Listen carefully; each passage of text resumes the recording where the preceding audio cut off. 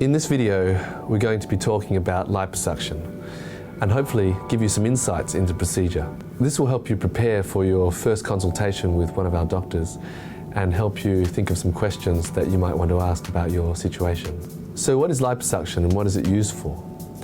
Liposuction is a procedure that is used to remove stubborn areas of fat from the body. Now, we're all genetically predisposed to a certain body shape. Most of the time, unless you're a supermodel, we have certain areas of fat which are out of proportion to the rest of us. So for example, some people may have an outer thigh which is bulging, or a little pot belly which they can never get rid of no matter what weight you are. The purpose of liposuction is really to bring these areas back into balance with the rest of the body. So what we're doing here is fighting against what you've been given genetically, which may not necessarily be ideal, and shaping the body in a way that exercise or weight loss simply can't. One of the most common questions I get asked about liposuction is it permanent? When fat cells are removed from the body, they are unable to regenerate in that area. You might, for example, have a certain number of fat cells in the outer thigh. Now, with liposuction, you might remove a proportion of these fat cells. These remaining fat cells are able to increase in size, but not to the same size had you not had liposuction. So I've seen people who have had liposuction more than 10 years ago, and they've still maintained that shape. So what I'm saying is that if you lose weight or gain weight, you'll still have that same body shape. It will just be either a bigger or smaller version of it. We aim to shape the female population into an ideal hourglass shape. So wide at the shoulders, narrowing at the waist, coming out the pelvis a little bit, and then coming down, narrowing at the legs again. This is not naturally a common body shape that is seen. It is, however, the ideal body shape, and in studies shown to be the most attractive body shape for a female. For males, we tend to aim for straighter lines and a V shape from the shoulders down to the hips or waist. This is the ideal body shape for a man. Common areas that we treat for men include the abdomen, chest and hips, and also the chin area. It's also interesting to note that despite the fact that sometimes liters of fat can be removed from the body with liposuction, it's not a procedure that is intended for weight loss. It really is to balance the proportions of the body. You may lose a small amount of weight with liposuction. However, fat tends to be really light and the density of fat is quite low. So I think of it like almost like fairy floss. And if you think of fat and water together, fat always floats to the top. So 1 liter of fat usually doesn't weigh anywhere near a kilogram. What I find is that despite the fact that you may not lose much weight with liposuction, or sometimes no weight, that the changes in your body shape are profound. Next, I'm going to be talking about what to expect during your consultation. Firstly, it's important to gather all your medical history, any medications you're on, any past operations you've had, any problems with operations you've had in the past, especially with anesthetic, so that your doctor will be informed of your past history. It's important to tell your doctor if you have any medical problems such as bleeding disorders or any allergies to medications, or anything really that you think might be relevant to your operation. During your first consultation, your doctor is going to take a detailed medical history from you and from there determine your fitness for the procedure. The next part of your consultation is examination, and this is naturally a bit uncomfortable for people. We try to make every effort to make it as pleasant and comfortable for you as possible. We give you a gown to wear and you are able to keep your undergarments on. You'll be able to show your doctor which areas concern you, and they'll be able to tell you which areas objectively would be the best to treat to give you a balanced, proportioned body. It's important to note that sometimes treating one area alone may have an impact on another area. For example, treating the hips alone may make the outer thighs look bigger, or treating the inner thighs alone may put the inner knee out of proportion. So it's sometimes important that you have someone who's experienced in the area actually look over you and say, this other area needs to be done in conjunction with the area you're concerned about in order to give you the best result. The doctor will also give you an idea of what to expect in terms of results from your liposuction. There are some limitations, of course, to every procedure, and with liposuction, the main concerns that we think about are the skin and how it may look after the procedure. For those who have had large amounts of weight gain or have had, say, large pregnancies, you may have some concerns with taking out too much fat because the skin may become lax or wrinkled. So there are limitations in that sense. The majority of people will experience excellent skin retraction. The actual procedure itself sets up a bit of fibrosis under the skin and makes the skin stick to the underlying tissue. So you actually get quite a good skin retraction in most cases. It's only compromised when the skin is lax prior to the procedure. Other limitations to liposuction include the amount of fat you can remove. Generally, in a healthy person, there is a fair amount of fat that can be removed, and generally the whole body can be done in one go. In some cases, we need to perform 2 or more liposuction procedures to ensure that we don't remove too much fat in one session and compromise the safety of the patient. Other things we do in preparation for your liposuction include blood tests and electrocardiogram to check on your heart. You may also be given some consent forms to take home and read, and other paperwork including your cost for the procedure on the day. Prior to the operation, you're also required to see one of our nurses who will fit you with a garment to wear after the procedure, as well as take your vital signs, blood pressure, pulse rate, oxygen levels, and make sure you're ready for your procedure from a medical perspective. Now we'll discuss what to expect on the day of the procedure. Firstly, our procedure is held at our accredited day surgery, and it is day surgery, so no overnight stay is required. We arrange a chauffeur to pick you up from your house and also drop you home at the completion of the procedure. Depending on the person and the number of areas treated, you may have either intravenous sedation or a general anesthetic. General anesthetic is a deeper form of sedation usually used for larger procedures, and intravenous sedation can be used for smaller areas or smaller procedures. It is important that you fast for your procedure. We ask you fast for 6 hours, and this includes all food and drink, including water. You'll be seen for one last time by the nurse and doctor prior to your procedure, and this will give you an opportunity to ask any last-minute questions that you might have. A series of before photos will be taken, and this is important so you can actually see the improvements after you have your procedure. And also, you'll be marked with a surgical marker prior to your procedure. Although the procedure is performed under sedation or anesthetic, we still utilize local anesthetic infiltrated into the area that we're treating. Now, this has a couple of effects. Firstly, local anesthesia provides some immediate pain relief so that the degree of general anesthesia required is lessened. Secondly, the local anesthetic is combined with adrenaline, which helps to constrict any blood vessels in the area we're treating, which makes liposuction a virtually bloodless procedure. Thirdly, local anesthetic has a bacteriostatic effect, which means that it stops infections from happening. The liposuction procedure itself is actually a very simple procedure.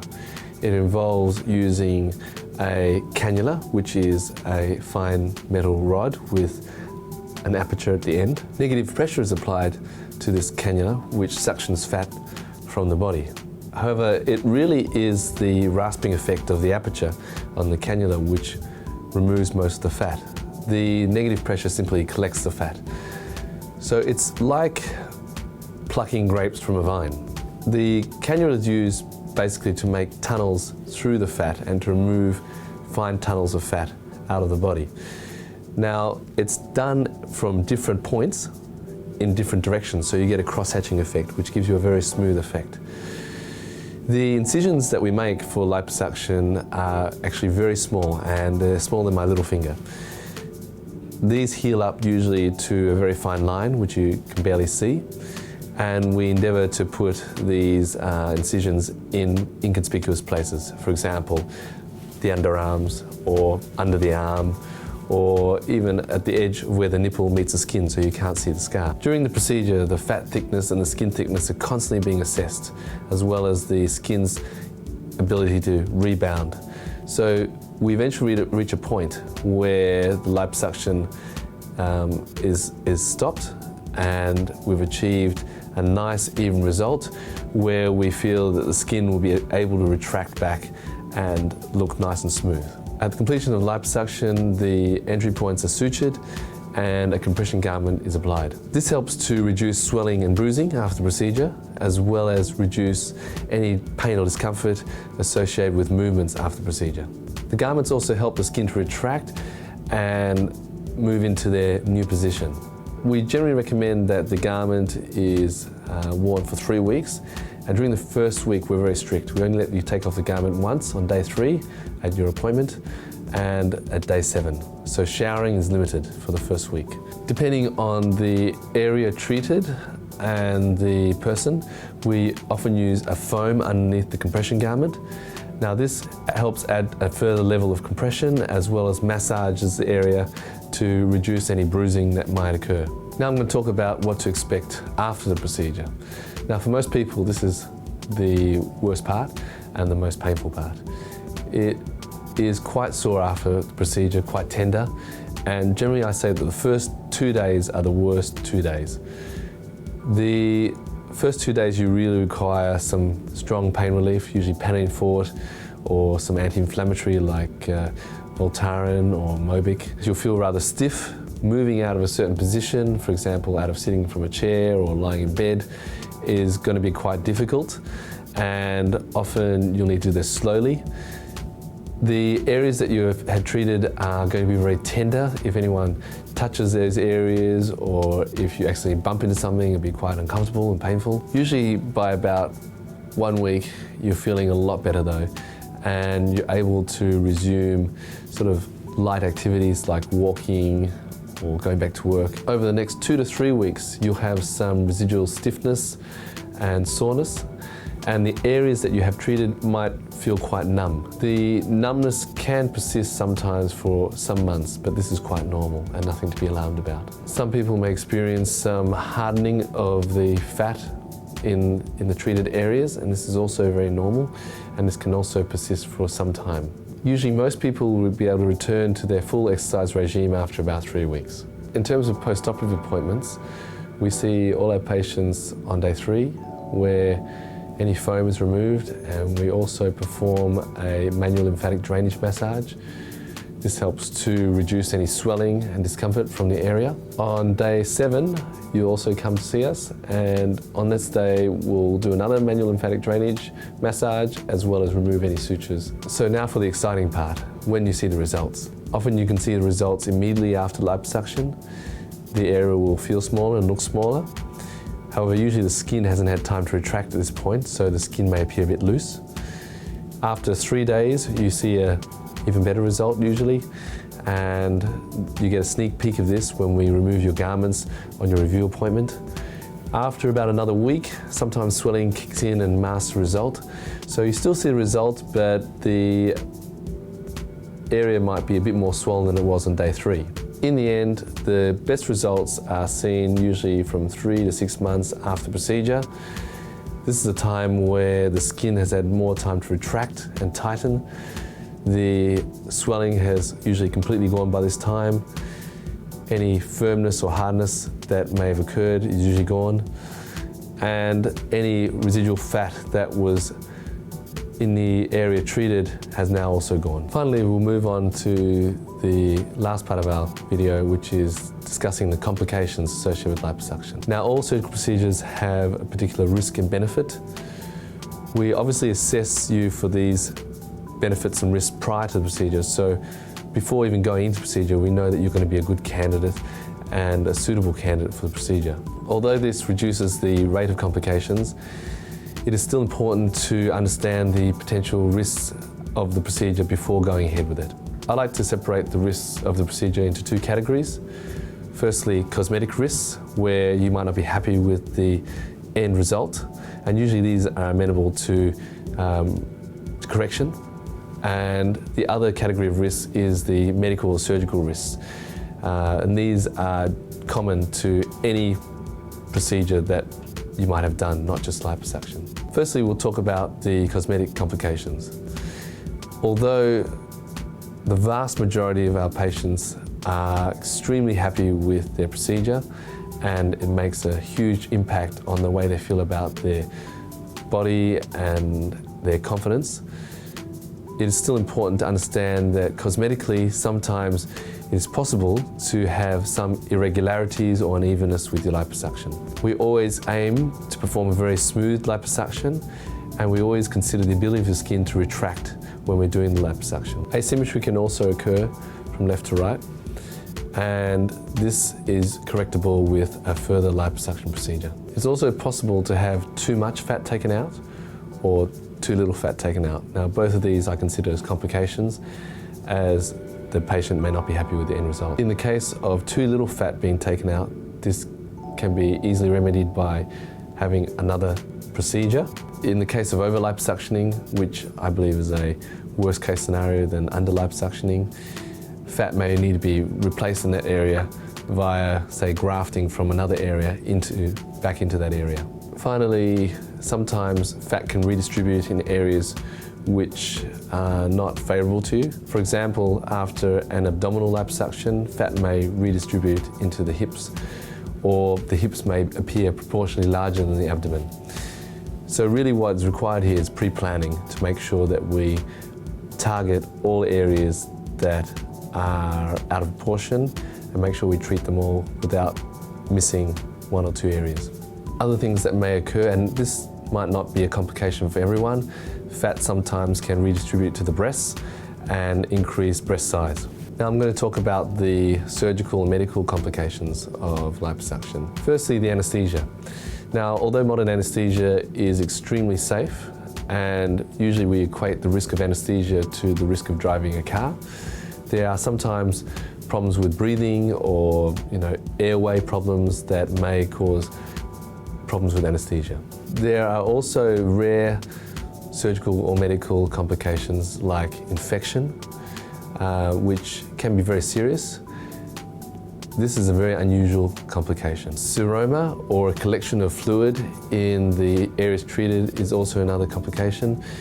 It's very unusual nowadays with modern compression garments, which basically push the area together and prevent any fluid from accumulating underneath the skin.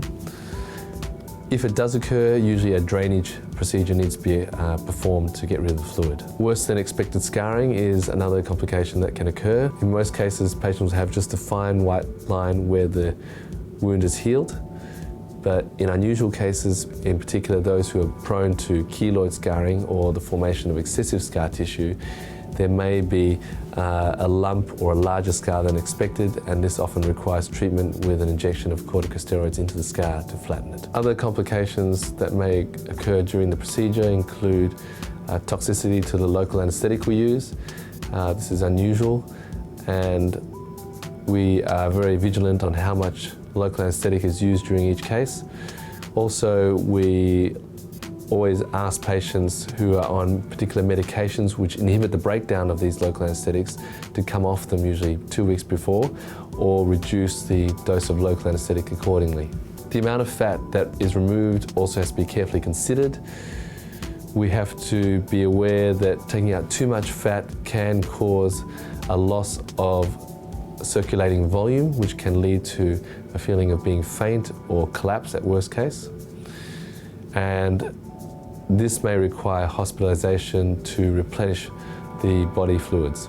Overall, liposuction is a very safe procedure, and we perform a lot of these procedures each year. One of the things I love about liposuction is the results that I see in patients after their procedure. They often can go to the beach where they wouldn't have normally, or wear clothes that they wouldn't ordinarily wear. It makes a huge difference to people's self-esteem, their confidence, and how they feel about their body shape.